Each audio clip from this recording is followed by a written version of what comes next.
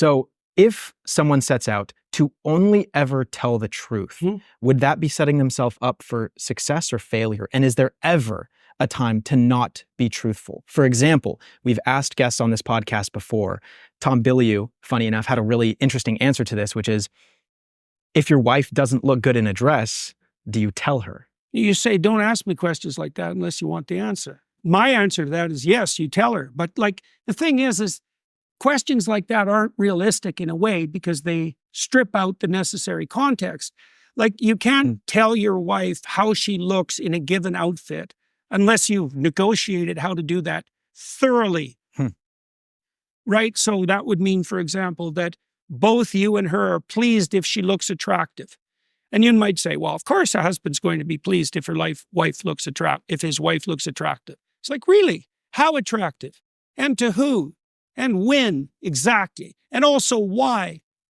And those are very complicated issues. And so you see, there's no shortage of men who punish their wives every single time they look attractive. Just like there are no shortage of wives who punish their husbands every time they do anything competent.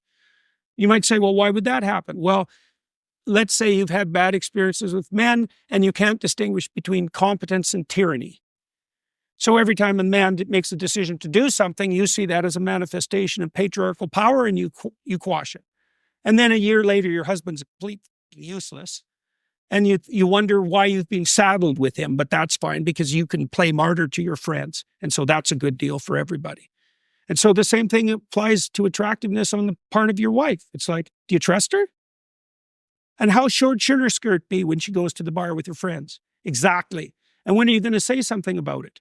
Well, there's a lot of preparation work that has to be done before you. If my wife asks me if something that looks good on her, I tell her.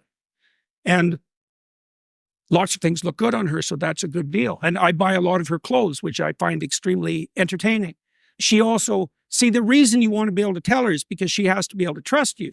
But she also has to not play stupid games, because the stupid game is, well, I'm asking you if I look good in this dress, but really what I'm trying to figure out is, do you love me? That's not a straight game. It's like, are you asking whether I love you, or are you asking whether or not I look good in this dress? And people are often very murky in their questions. You don't know what the hell they're up to, and neither do they. And so it's very difficult to respond in a truthful manner when you're in a complex situation and 5 different things are going on.